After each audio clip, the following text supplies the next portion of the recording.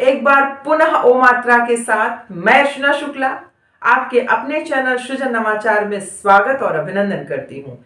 हिंदी सीखने की एक श्रृंखला लेकर मैं चल रही हूँ। उस श्रृंखला में अभी तक आपने वर्णमाला देखा, यानी हिंदी की वर्णमाला, स्वर और व्यंजन को देखा, और अ से लेकर आई तक की मात्रा को मैंने बहुत अच्छे से आपको समझा दिया है। और आज हम सीखेंगे ओ की मात्रा। ओ की मात्रा सबसे आसान है क्योंकि ये अ में ओ का चिन्ह पहले से ही हमको दिखाई पड़ता है। आपको सिर्फ क्या याद करना है? ओ याद करना है। और जब आप ओ याद कर लेंगे तो समझ जाएंगे आ में इस प्रकार का चिन्ह लगा होता है, वही ओ की मात्रा है। लेकिन जब ये इसमें बदल जाता है तो यानी अ में औ की मात्रा हमको दिखाई पड़ती है। तो चलिए सबसे पहले हम देखें कि ओ को लिखते कैसे हैं, किस चिन्ह के रूप में उसका प्रयोग करते हैं, और जब हम ओ बोलते हैं ओ तो हमें किस प्रकार से ओ की ध्वनि सुनाई पड़ती है और हमारा मुख यानी हमारे होठ ओ इस प्रकार से बोलते हैं। तो चलिए देखिए कि ओ को हम लिखते कैसे हैं। तो ओ को हम इस प्रकार से लिखते हैं, और ये हमारा अ, ये ध्यान रखिए कि ये है अ, और इसमें एक सामने डंडा और ऊपर इस प्रकार से ओ की मात्रा हमें दिखाई पड़ती है। ओ लिखा ही इसी रूप में जाता है। बस आपको इसमें से निकाल क्या लेना है? आपको इसमें से ये निकाल लेना है, यानी इसके बगल में जो चिन्ह लगा है बस वही ओ की मात्रा होती है। अब देखिए ओ को इस रूप में लिखा जाता है। ओ को लिखा कैसे जाता है मैंने आपको बता दिया। इसका ये भाग यानी ये चिन्ह निकाल कर अलग से चिन्ह के रूप में हम प्रयोग करते हैं, और किसी वर्ण पर इस तरह से लगता है तो इसको हम कहते हैं को। तो ध्यान क्या रखना है, ये वर्ण ए नहीं है, ए नहीं है, क्योंकि ए में सिर्फ एक लाइन ऊपर होती है। जब हम ओ की बात करेंगे तो इस प्रकार से ओ पढ़ा जाएगा, यानी एक डंडा एक चुरकी, एक डंडा एक चुरकी। तो ये क्या हो गया? क में लगा तो को, मा में लगा तो मो, सा में लगा तो सो। तो आपने देखा कि जब हम ओ को याद कर लेते हैं कि ओ को किस प्रकार से लिखा जाता है, याद आ गया। और जितनी मात्राएं हैं आ को छोड़ दीजिए तो सब ई है, ई है, ऊ है, ऊ है, ये सब एक वर्ण के रूप में लिखे होते हैं। लेकिन जब हम ओ की बात करते हैं तो उसमें देखिए उसके बगल में एक चिन्ह लगाया होता है, यानी अ के साथ ओ।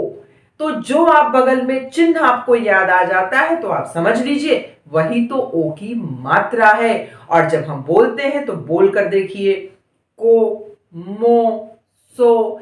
अब कोई और मात्रा बोलिए और देखिए क्या इस प्रकार से हमारे होठ बन रहे हैं, क्या इस प्रकार से हमें आवाज सुनाई पड़ रही है जो हमें ओ में सुनाई दे रही है।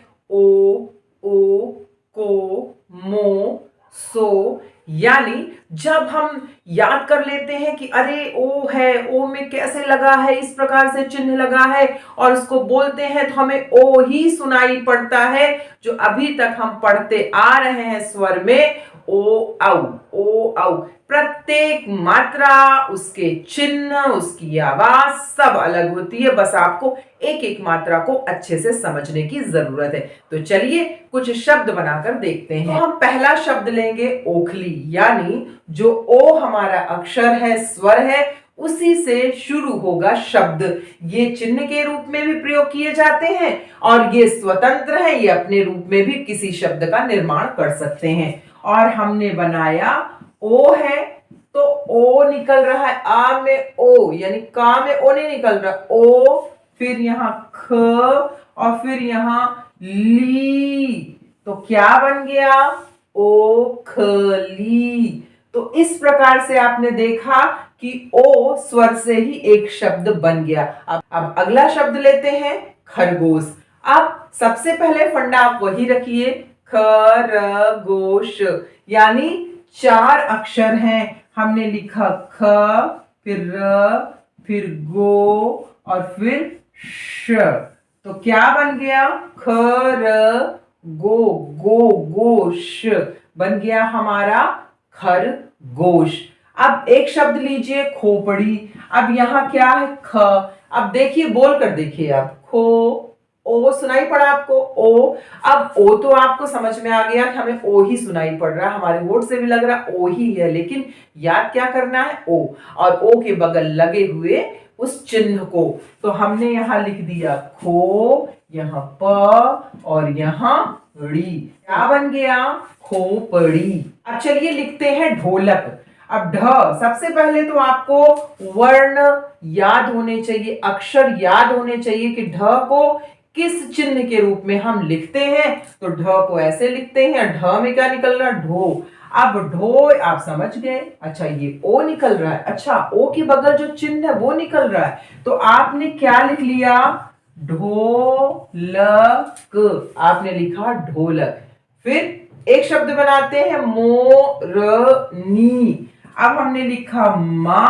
अब सोचिए, मां में ओ, मां में ए नहीं, मां में औ नहीं, मां में ओ। ओ आपको ओ सुनाई पड़ा, आपने लिख दिया मो, र और नी। तो यहां क्या बन गया?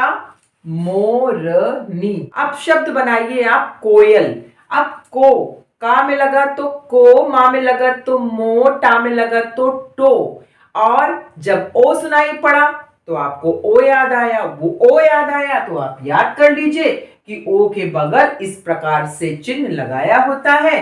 फिर आप क याद करिए कि क को लिखा कैसे जाता है। फिर क में क को ओ कर दीजिए, को। फिर य याद करिए कि य को कैसे लिखा जाता है। फिर ल को याद करिए और लिख दीजिए कोयल। इसी प्रकार से आप लिखिए मोहनी, मो। म याद करिए कि म को इस प्रकार से लिखते हैं। अब मां में ओ निकल रहा है, ओ इस प्रकार से चिन्ह लगाते हैं। फिर ह निकल रहा है, ह लिख दिया। फिर न, और न में ई की मात्रा, यानी ई की मात्रा, तो बन गया शब्द आपका मोहिनी। अब आप लिखिए स मो सा। तो हमें क्या याद करना है? स याद करना है। स याद हो गया, लिख दिया। अब म याद करना है, फिर बोलकर देखिए कि स मो, यानी ओ का चिन्ह हो गया स मो। फिर हमें लिखना है फिर स, और स में क्या लगाना? सा, यानी मुंह खुल रहा है, बन गया हमारा समोसा। अब आप लिखिए भोजन। भो, भो, तो यहां आपने लिखा भ, भा में लगाया ओ, फिर ज और फिर न, क्या बन गया? भोजन। फिर एक दो वर्ण का छोटा शब्द लीजिए सोनी। अब सोनी में आपको स लिखना है। स में बोलकर देखिए कौन सी मात्रा निकल रही? अ, आ, इ, ई, उ, ऊ, री, ए, आई, ओ, औ। तो आप जब बोलेंगे ना तो आपको समझ में आ जाएगा कि सो यानी ओ की मात्रा और नी यानी ई की मात्रा, तो इस प्रकार से बन गया सोनी। कई शब्द आप बना सकते हैं, लेकिन आपको ध्यान क्या रखना होगा कि ओ को हम किस रूप से लिखते हैं। जब ये याद आ जाए, फिर ध्यान रखिए कि आ पे किस प्रकार का चिन्ह लगा हुआ है, तो आपको इस प्रकार से, यानी एक चुरकी एक डंडा, इस प्रकार से दिखाई पड़ता है। वही ओ की मात्रा है। अब आपको कुछ नहीं याद करना है, बस आप ओ याद करिए, उसके बगल लगे हुए चिन्ह को याद करिए।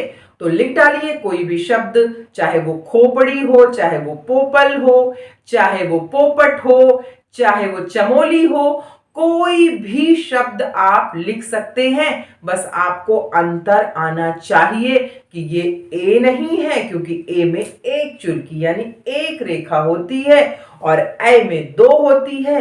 आपको याद क्या करना है? ओ और ओ के बगल लगे चिन्ह को, यानी एक चुरकी और एक डंडा को। तो बहुत जल्दी उपस्थित होती हूं औ के मात्रा के साथ। तब तक के लिए बाय बाय।